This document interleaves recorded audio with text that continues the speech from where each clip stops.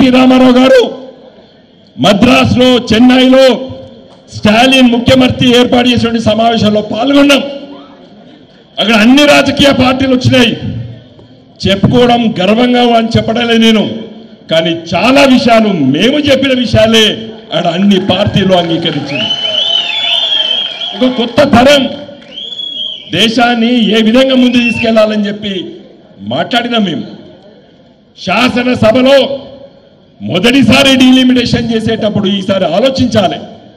రామారావు గారు మాట్లాడినరు, నిజంగా ప్రజల సమస్యలు ఎవరు పరిష్కరిస్తారో శాసనసభ్యులు పరిష్కరిస్తారు. ప్రజా సమస్యల కోసం రోజు నిత్యం ఎవరి దగ్గరికి వస్తారో శాసనసభ్యుల దగ్గరికి వస్తారు. పార్లమెంట్ సభ్యులు ఢిల్లీలో దేశం ఎటువైపు పోవాలి, రాష్ట్రాల పరిస్థితి గురించి ఎలా ఆలోచిస్తారు. కాబట్టి మొదటిగా ఈ కేంద్ర ప్రభుత్వం, మోడీ గారి ప్రభుత్వం, ఈ దేశ జనాభా, ఈ రాష్ట్రాల జనాభా పెరిగింది కాబట్టి శాసనసభ సీట్ల సంఖ్య గురించి ఆలోచించాలని చెప్పి మన పార్టీ తరఫున నిన్న కేటీ రామారావు గారు మేము మాట్లాడిన మాట. కాబట్టి మిత్రులారా, ఇక్కడ ఉన్నటువంటి వాళ్ళకందరూ కూడా చెప్తున్నా నేను నేను ఎమ్మెల్యే కావచ్చా, నేను ఎంపీ కావచ్చా అని అనుకోకండి. మహిళా సోదరుమణులు ఉన్నారు ఇక్కడ.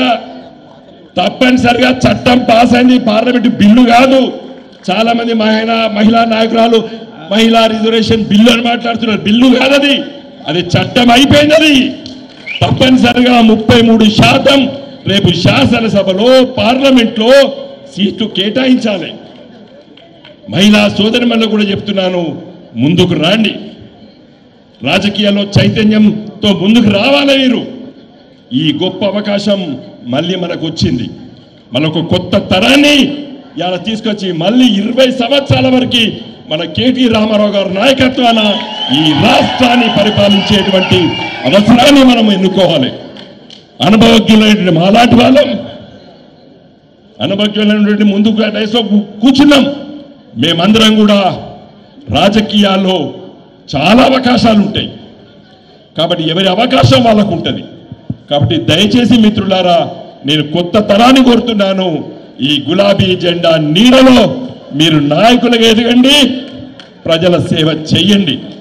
దానికి గొప్ప అవకాశం రేపు 27 ఏప్రిల్ వరంగల్ గొప్ప బహిరంగ సభ.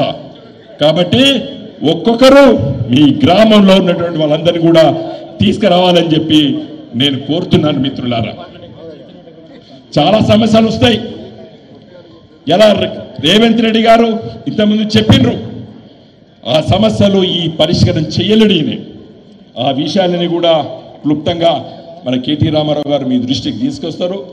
ఈ రాష్ట్ర అవసరాలేంది, మన పార్టీ ప్రజల ఏ విధంగా సేవ చేయాలనేటువంటి విషయాలపైన కూడా వారు వివరిస్తారు. కాబట్టి నేను వాటి జోలి పోకుండా దయచేసి ముగించే ముందు మీరందరూ కూడా ఏప్రిల్ 27 సభ విజయవంతం చేయడానికి ఈ రోజు నుండి మీరు కార్యరూపం దాచాలని చెప్పి కోరుతూ నేను సెలవు తీసుకుంటున్నాను.